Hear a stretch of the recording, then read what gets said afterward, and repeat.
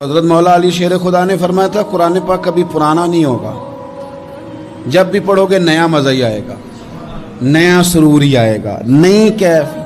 بڑے بڑے کٹر کافر قرآن پاک سنتے تھے نا۔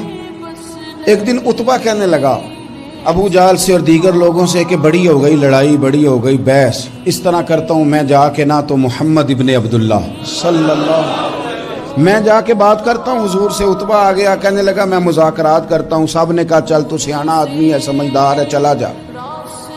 جا کے نہ تو وہی باتیں جو وہ ہمیشہ کرتے تھے۔ نبی کریم علیہ السلام سے کہنے لگا ہم سارے آپس میں ہیں، برادری ہے، قبیلہ ہے، ایک شہر ہے، پھر بھی لڑائیاں شروع ہو گئی ہیں۔ جو آپ کا کلمہ پڑھتے ہیں وہ الگ ہو گئے، جو ہمارے معاذ اللہ طریقے پہ ہیں وہ الگ ہیں، تو کوئی بات چیت نہ کر لیں بیٹھ کے۔ تو حضور نے فرمایا کرو نا۔ کہنے لگا اگر آپ سرداری چاہتے ہیں تو ہم دیتے ہیں، اور اگر آپ مال و دولت چاہتے ہیں تو معاذ اللہ ہم دیتے ہیں، جو آپ کہتے ہیں ہم کرتے ہیں۔ کسی طرح کا بھی آپ کا مطالبہ ہے تو ہم پورا کرنے کو تیار ہیں، تو آپ بتا دیں ہم وہ کر دیتے ہیں۔ وہ بڑی اس نے لمبی چوڑی تقریر کی، جتنی آفریں گنا سکتا تھا گنوائیں۔ کریم خاموش رہے۔ جب اس کی بات پوری ہو گئی تو حضور فرمانے لگے میں بھی کچھ بولوں؟ کہنے لگا بولیں۔ میرے نبی پاک نے قرآن پاک پڑھنا شروع کر دیا، چند آیتیں پڑھی، کھڑا تھا بیٹھ گیا، پھر اٹھ پڑا، کبھی ادھر جاتا ہے کبھی ادھر آتا ہے۔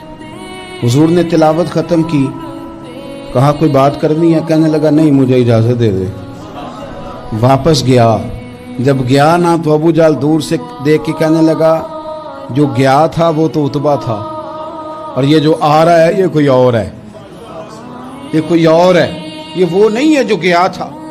واپس آیا تو کہا کیا طے ہوا؟ کہنے لگا یار طے کیا کرنا ہے، میں نے شاعر بھی دیکھے، کاہن بھی دیکھے، جادوگر بھی دیکھے، میں نے زمانہ گھوما ہے، پر جو قرآن وہ پڑھتے ہیں وہ بندے کا کلام نہیں، وہ رب کریم کا ہی کلام ہے، وہ اللہ کا کلام ہے۔ تم نہیں مقابلہ کر سکتے، تم باز آ جاؤ، وہ تمہارے بس کی بات نہیں۔ تیرے آگے ہیں یوں دبے لچے فصحا عرب کے بڑے بڑے، کوئی جان منہ میں زبان نہیں بلکہ جسم میں جان نہیں، اور کروں تیرے نام پہ جان فدا، نہ بس ایک جان دو جہاں فدا، میرا دو جہاں سے بھی نہیں جی بھرا، میں کروں کیا کروڑ